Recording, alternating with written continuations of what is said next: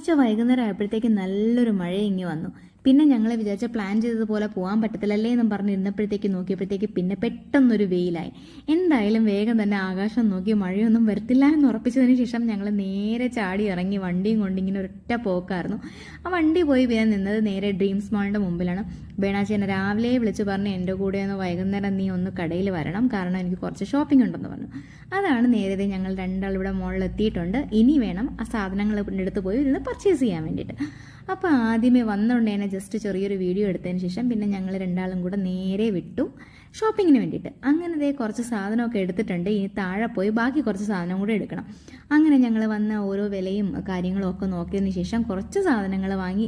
ഞാൻ വാങ്ങണ്ട എന്ന് പറഞ്ഞ് വന്ന ഞാനും, എനിക്ക് തോന്നുന്നു ബേണാച്ചിനേക്കാളും കൂടുതൽ ഞാനാണെന്ന് തോന്നുന്നു സാധനങ്ങൾ വാങ്ങിയത്. സെക്ഷനിലോട്ട് വന്നപ്പോഴോ നീണ്ട നിര കണ്ടിട്ട് എൻ്റെ ബോധം മറിഞ്ഞുപോയി. ലാസ്റ്റ് വാങ്ങിയ സാധനങ്ങളെല്ലാം കൂടെ തിരിച്ച് പെറുക്കിക്കൂട്ടി വെച്ചാലോ എന്ന് പോലും ചിന്തിച്ചു പോയി.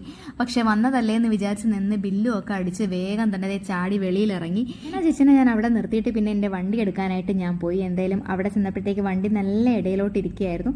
പിന്നെ ഞാൻ അവിടെ നിന്ന് ചെറുക്കനോട് പറഞ്ഞു എൻ്റെ വണ്ടി ഇങ്ങ് എടുത്തു തരാമെന്ന്. അങ്ങനെ എന്തായാലും അവൻ എന്നെ വണ്ടി എടുക്കാൻ വേണ്ടി ഹെൽപ്പ് ചെയ്തു. പിന്നെ അവന് വലിയൊരു താങ്ക് യു ഒക്കെ പറഞ്ഞതിന് ശേഷം സാധനമൊക്കെ എടുത്ത് വെച്ചിട്ട് ഞങ്ങൾ പിന്നെ വീട്ടിലേക്ക് പോയി. ഇനി അടുത്തൊരു വീഡിയോ ആയിട്ട് വരുന്നവരേക്കും ബൈ.